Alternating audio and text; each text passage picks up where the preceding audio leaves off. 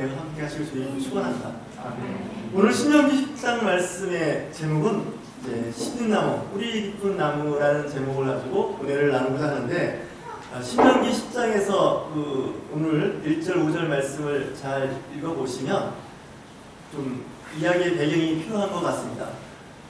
하나님께서 모세에게 다시 시내산에 올라올 때 돌판 둘을 만들어서 올라오라고 말씀하십니다. 법궤라고 하는 그 시띠나무 조각목이라고 이제 출애굽기 25장, 26장에 나오고요, 34장 여러 번 나옵니다. 이 법궤에 대한 그 이야기를 하는데, 먼저 이제 법궤라는 곳에 그 안에 보관할 것은 십계명이라는 두 돌판, 다른 말로는 증거판이라고 하는데요. 이걸 담아야 되는데 먼저 원본이 있었습니다. 그러는데 40일 동안 금식하면서 십계명 돌판을 가지고 나왔는데 그 사이에 일이 벌어졌습니다. 이스라엘 사람들이 금송아지를 만들어 놓고 거기서 뛰놀고 우리를 이끌어내시는 하나님이 금송아지라고 이렇게 할 때 그 광경을 본 모세가 그 돌판 가지고 나온 것을 그냥 그 목전에서 던져버려서 깨트렸습니다. 그러니까 이 모세가 한 성질을 한 거예요. 하나님께서 만들어주시는 십계명 돌판을 집어 던져버린 거예요. 그러니까 이 모세는 가만히 보면 미디안 광에서 40년 동안 보내면서 성질 다 죽었는 줄 알았더니 알고 보니까 그 성질이 또 남아있는 거예요. 애굽 땅에 있을 때는 그 이스라엘 히브리인들을 학대하는 그 관리자를 죽이고 모래에 묻었습니다. 그러고 나서 그것이 이제 탄로가 나니까 이제 멀리 망명을 한 겁니다. 그랬다가 40년이 지나서 이제 어느 정도 사람이 이제 얌전했을 거다 해서 80에서 불렀는데 역시 그 성격 어디 가겠습니까? 그 돌판을 집어 던져가지고 이제 하나님께서 돌판을 만들어 주셨던 돌판을 이제 네가 두 개의 돌판 만들어. 그래가지고 올라와. 그래가지고 다시 그 돌판을 가지고 40일 금식을 합니다.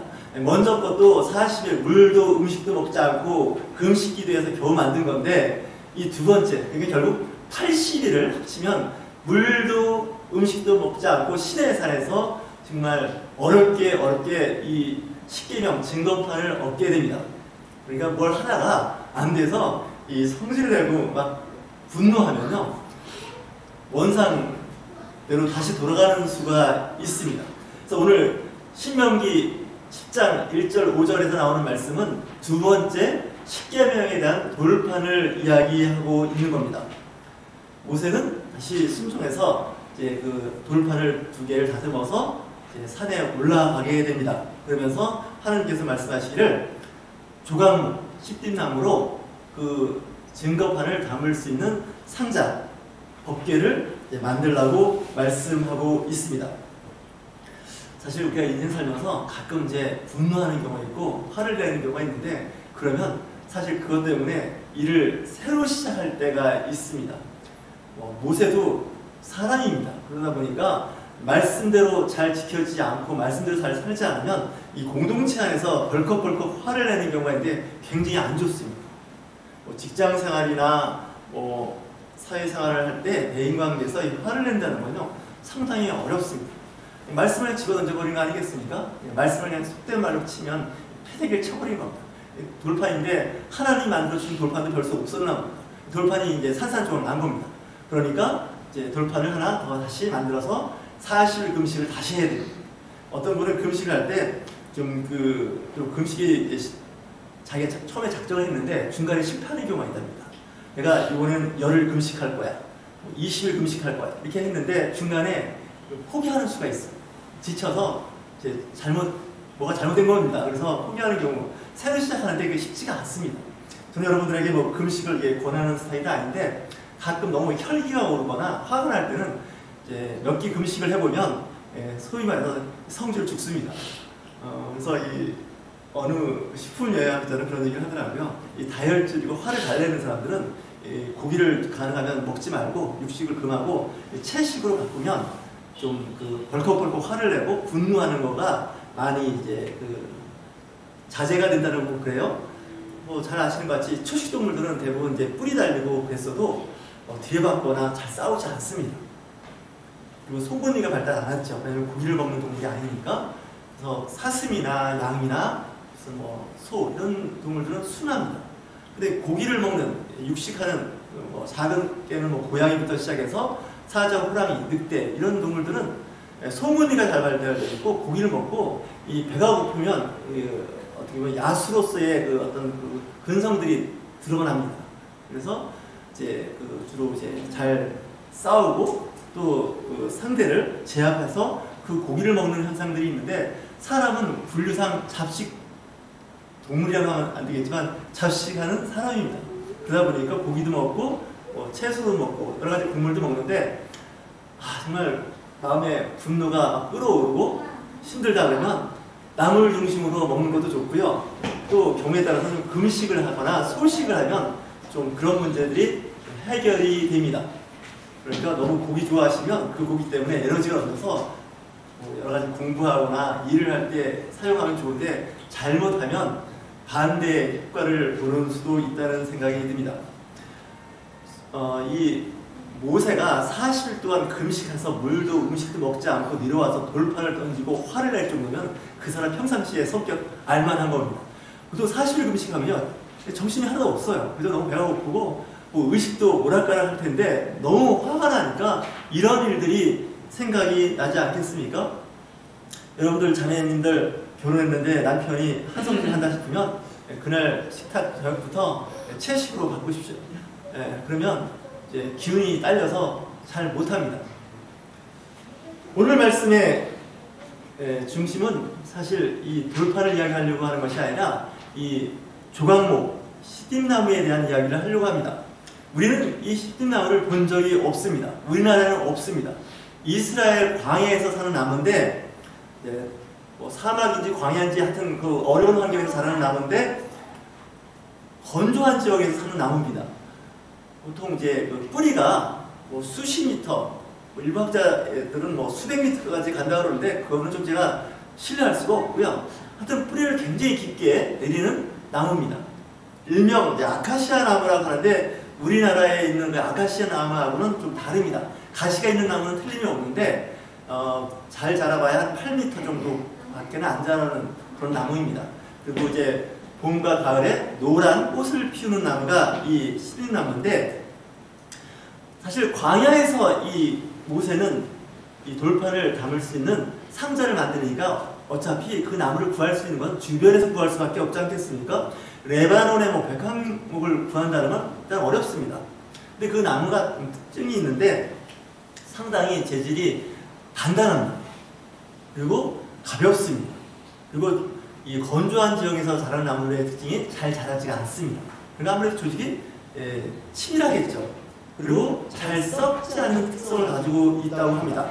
오늘 그 신명기 10장 5절 말씀에 보면 그 판을 내가 만든 배에 넣었더니 지금까지 있느냐 이렇게 말씀하고 있는 거 보면 이 신명기가 기록된 거는 이제 출애굽에서 광야에서 40년이 다 끝나서 이제 젖과 꿀이 흐르는 땅에 가기 전에 그 후손들에게 한 설교입니다. 그러니까 40년 동안 이 나무를 우리가 증거로서 사용했는데 아직까지도 튼튼하다 이런 이야기를 하는 것입니다.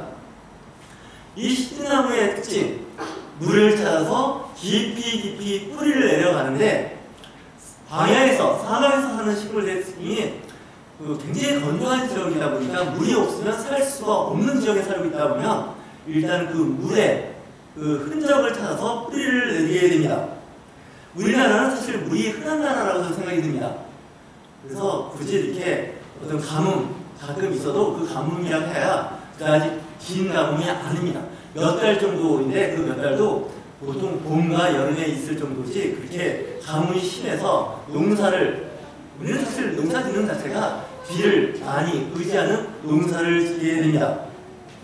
앞에서도 말씀드렸지만 양과 염소, 소, 낙타 이런 동물이 사는 곳은 대부분 건조한 지역입니다. 그러니까 곡식을, 채소를 심기가 어렵고 들에는 조금 나는 그 풀을 뜯어먹게 하는 그런 동물밖에 살게 안 됩니다. 그러니까 소를 키운다는 건요 상당히 초지가 넓고 많은 곳에서 소를 키우지 대부분의 경우는 이스라엘 땅에서 키울 수 있는 건 양과 염소가 주로 키울 수밖에 없습니다. 초식동물도 초식동물 나름 아니겠습니까? 풀을 많이 먹는 동물을 키울 수가 없고 작게 조금 먹을 수 있는 동물이라고 해야 양과 염소가 됩니다. 그런 땅에서 사는 나무들도 대부분 가시가 많이 있습니다. 왜냐하면 천적, 염소나 양으로부터 먹히면 안 되기 때문에 가시를 갖고 있습니다. 자기를 보호하기 위한 것들이죠. 그리고 나무가 그다지 크지도 않습니다. 그런 환경에서 사는 나무가 어떻게 살아야 할까요? 뿌리를 깊게 내릴 수밖에 없게 됩니다. 또한 여러분들 1년에 거의 한 대부분이 겨울인 곳이 있는데 툰트나 지역이라는 곳이 있습니다. 동토의 땅, 그냥 1년 12달 대부분이 땅이 얼어있는 곳이 있는데 그곳에 살고 있는 술록이라는 동물이 있습니다. 그 동물은 눈이 덮여있는 그리고 얼어있는 곳을 발로 그리고 입으로 헤치고 그 안에 있는 이끼류를 먹고 삽니다. 이끼만 먹고 어떻게 저렇게 큰 동물이 성장하고 살 수 있을까 이런 생각이 드는데 참 하나님의 창조 세계는 신비하기 그지 없습니다. 이 수록도 눈이 그렇게 덮여있는 그 사이사이에 이끼를 찾아 먹는 걸 보면 그 생존 본능, 하나님 주시는 그 본능은 대단한 생각이 듭니다. 물이 많은 곳에 뿌리를 내리면서 또한 넓게 그 자기의 영역을 넓히는 버드나무들도 있습니다. 우리나라도 보면 강가나 냇가에 버드나무가 있는데 그들은 물가에 뿌리를 두고 삽니다. 그리고 물이 범람하는 홍수나 태풍에도 이 버드나무는 뿌리가 뽑히지 않습니다. 물이 많음에도 뽑히지 않는 것은 그들이 그 뿌리를 그물망처럼 형성하고 있어서 그렇습니다. 가을에 태풍이 불을 때 가로수들이 가끔 쓰러지는 걸 보는데 이 가로수들의 쓰러지는 모양을 보면 나무와 그 잎은 무성한 데 비해서 뿌리가 약한 것을 알 수가 있습니다. 뽑히고 쓰러진 걸 보면 그 뿌리 자체가 그다지 견고하지 않고 잘 그물망을 형성해서 자라지 않았다는 것을 단적으로 보여줄 수밖에 없습니다. 우리의 신앙, 우리의 믿음도 마찬가지입니다. 신앙의 뿌리가 깊은 연조를 갖고 있는 사람은 교회 안에 아니면 사회의 어떤 일들에 대해서 그다지 내 신앙과 내 믿음이 흔들리지 않습니다. 여러분들 중에 교회에서 이런 여러 가지 스캔들을 알 수 있을 겁니다. 뉴스를 통해서 내지는 주변 사람을 통해서 듣는데 그럴 때마다 신앙이 연약하신 분들은 믿음이 약한 분들은 흔들립니다. 신앙 공동체, 교회가 왜 저럴까 이렇게 이야기를 하는데 사실 교회는 세상 사람들이 와서 앉아 있습니다. 경건 훈련이 됐고 말씀으로 잘 양육된 사람이 있는가 하면 그렇지 못한 사람들도 오랜 시간 교회에 머물게 됩니다. 그러다 보니까 교회 안에 여러 가지 일들이 있는데 불미스러운 일들도 있게 됩니다. 그러나 신앙의 지유가 있고 믿음의 깊이가 있는 사람들은 그런 일에 흔들리지가 않습니다. 낙심하지 않습니다. 그리고 내 믿음, 내 신앙 지키려고 부단히 노력을 하는데 믿음이 약한 사람들은 마치 바람에 나는 겨처럼 그냥 날아가 버린다는 것이죠. 우리의 믿음, 우리의 신앙은 흔들리긴 하지만 뿌리채 뽑히거나 꺾이거나 부러져서는 안 된다는 말씀을 하고자 합니다. 마태복음 7장 25절에도 이런 말씀을 합니다. 예수님께서 말씀하십니다. 비가 내리고 창수가 나고 바람이 불어 그 집에 부딪히되 무너지지 아니하나니 이는 주철 반석 위에 놓은 까닭이요 라고 말씀하고 있습니다. 우리가 믿음 생활할 때요, 우리 믿음을 사람을 롤 모델로 하면 실패합니다. 어느 특정 목회자라든가 믿음이 좋은 중직자를 롤 모델로 삼는 건 뭐 때로는 괜찮지만 그 사람도 사람이니까 실수합니다. 그랬을 때 낙심하게 됩니다. 예수님께서 뭐라고 말씀하셨냐면 그 주춧돌, 반석, 예수 그리스도의 그 말씀에 세워져야 그 믿음이 흔들림이 없지 이 세상의 어떤 교회, 어떤 교회의 어떤 중심, 어떤 교회의 어떤 총회 여기를 의지하고 바라보면서 신앙생활 하시면 나중에 실망하십니다. 사람은 사람일 수밖에 없다는 것을 여러분들 아셔야 됩니다. 예수를 믿고 예수님의 행하신 말씀대로 살려고 하는 것이 내 신앙의 어떤 사람의 멘토를 의지하고 가다가 그분이 추락하게 되면 자기 신앙과 믿음도 같이 추락하게 될 수밖에 없기 때문에 그렇습니다.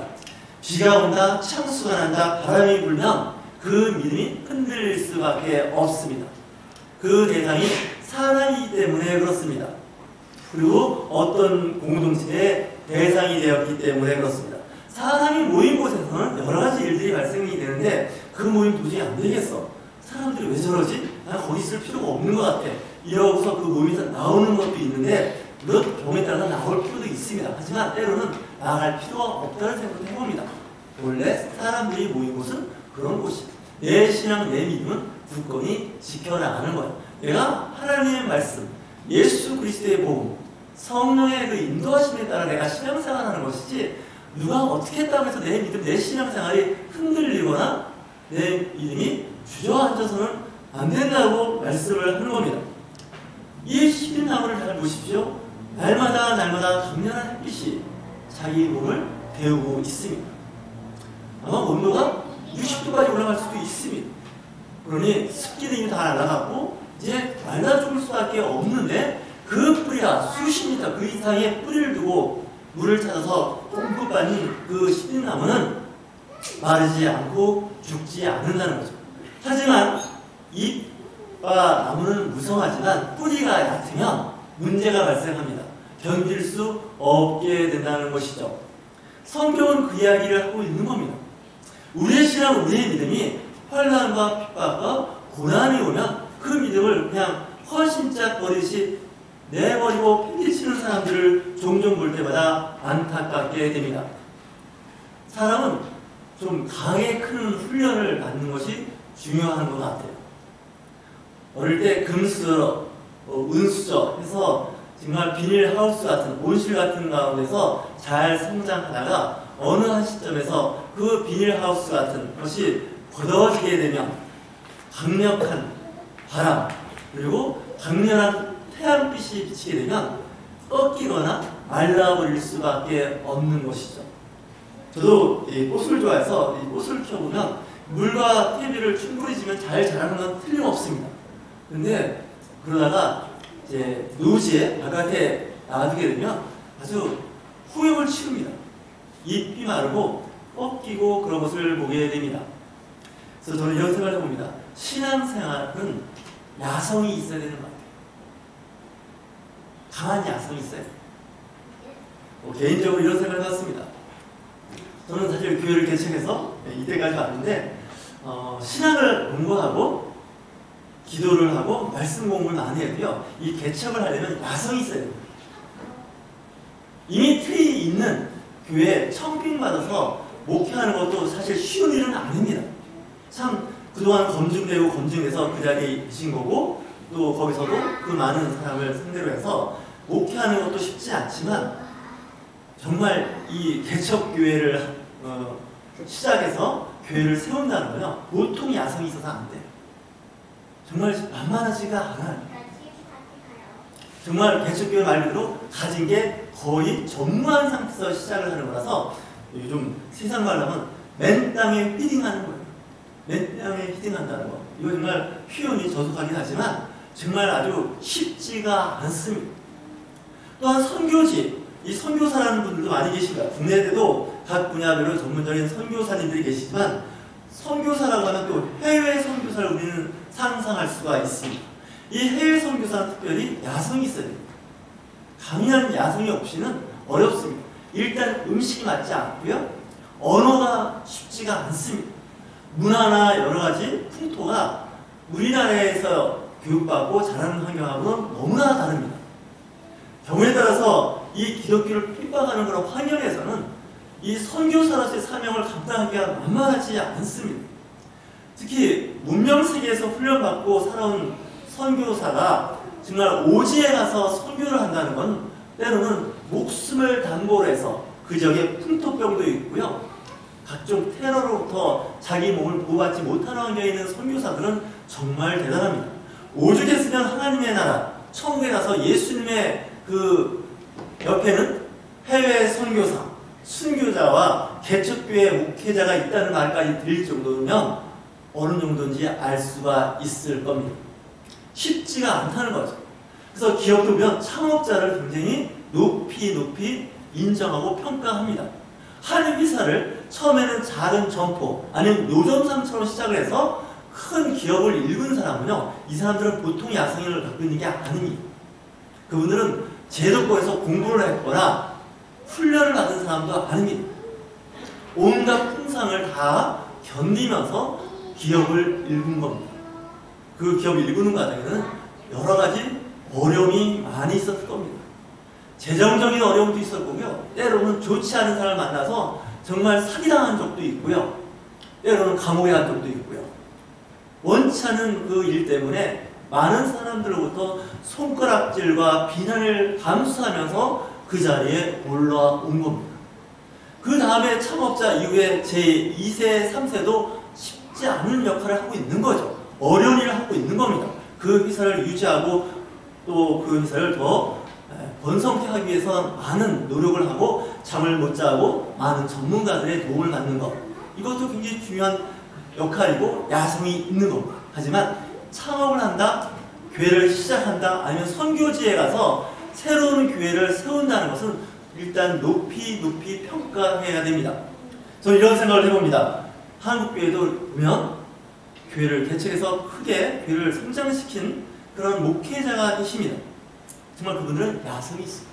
그리고 그분들도 이제 사람인지라 그 과정에서 여러 가지 좋지 않은 일들이 있었던 거 인정합니다. 우리는 그걸 정지할 수가 없어요. 왜냐면요, 사람이 사는 사이에는 정말 여러 가지 일들이 많이 발생해요.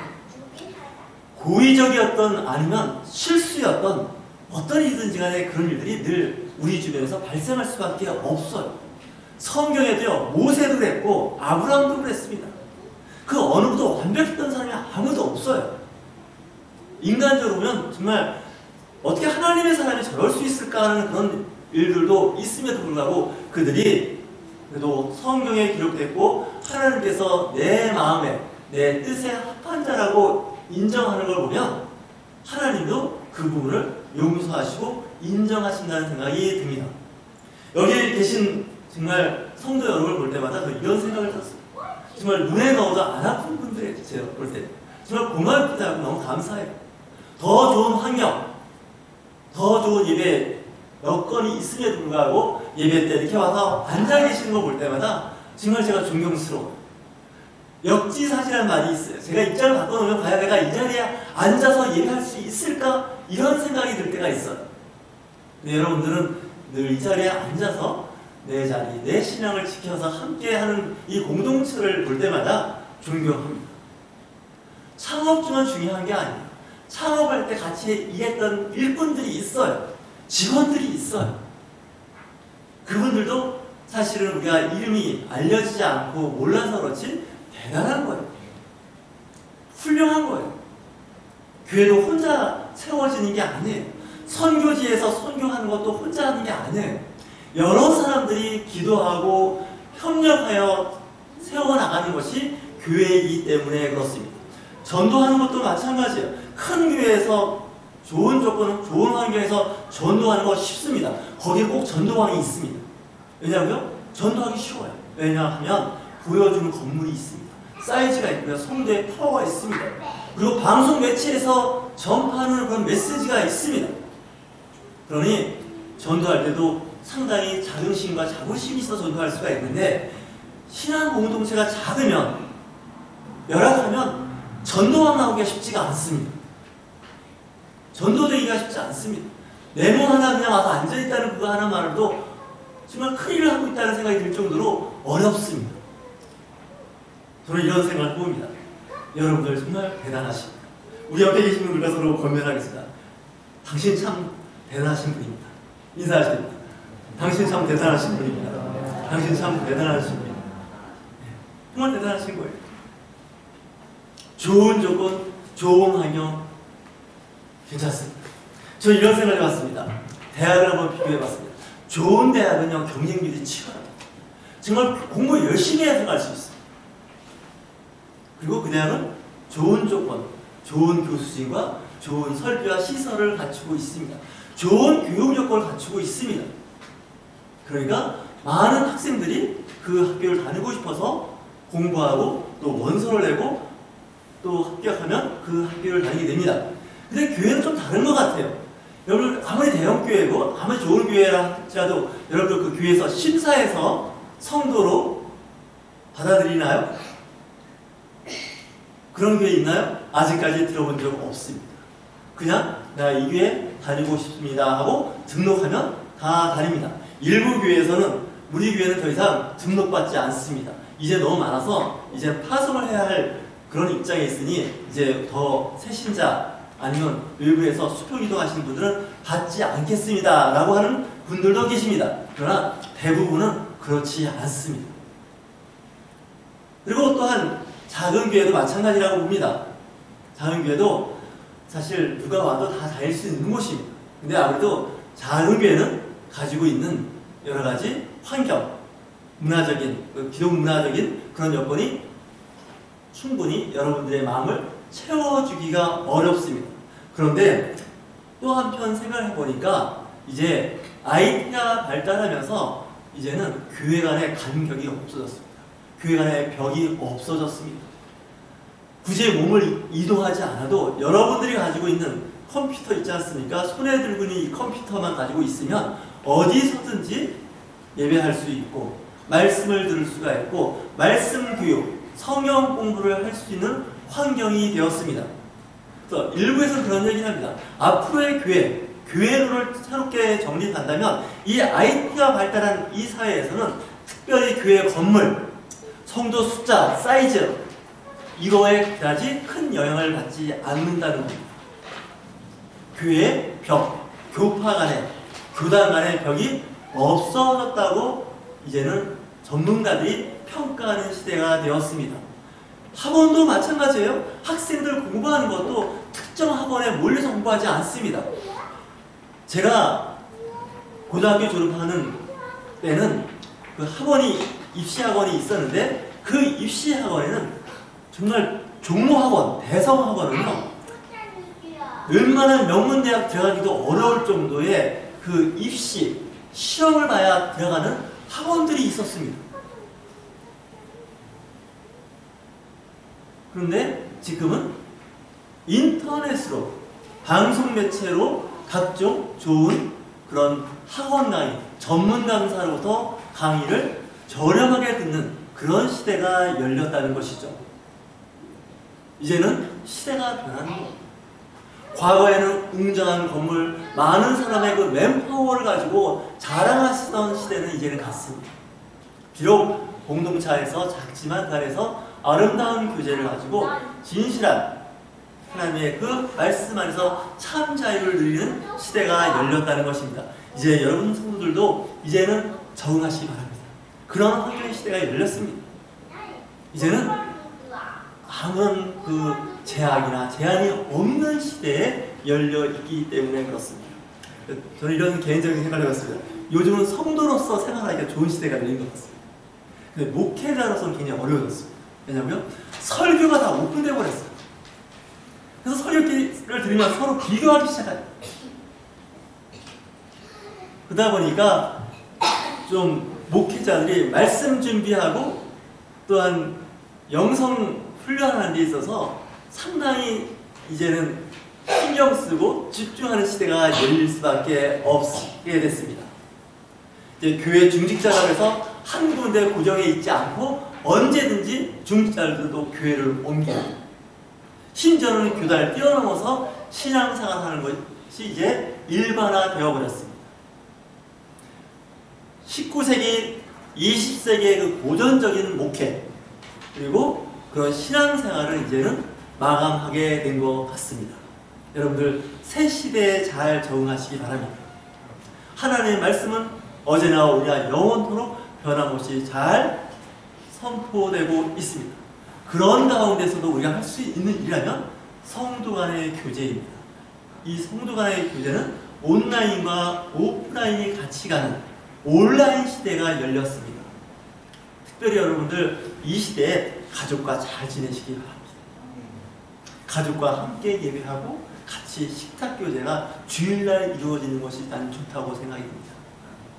초중고를 나눠서 초등부, 중등부, 고등부, 청년부 나눠서 예배 드리는 것도 좋지만 또 교회 형편에 따라 그럴 수도 있지만 또 작은 교회에서는 주일날이면 한 자리에 모여서 함께 예배하고 끝나고 같이 식사하고 또 차 한잔 마시면서 교제하는 것.